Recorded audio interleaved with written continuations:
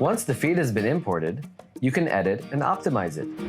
You can edit the feed by selecting quick predefined actions on the optimization bar, or by editing each column individually by using rules and actions in the table itself.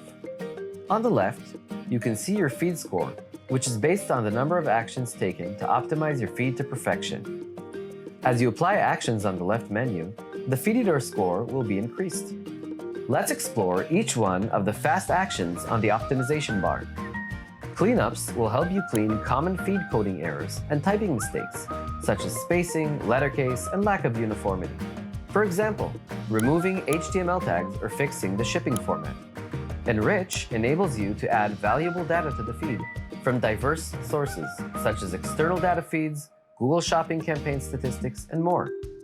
You can also add automated Google product category information to the feed, helping you to save time and categorize your products with more accuracy, improving your feed quality for Google Shopping.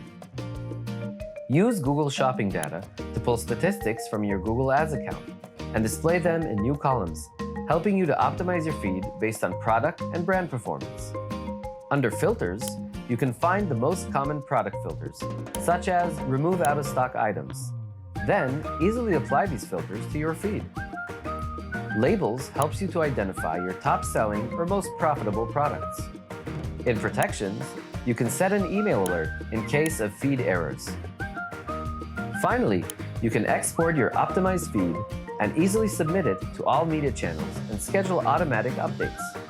Our next video will explain how you can use actions, filters, and rules to customize your feed even further. Click here to proceed to the next video.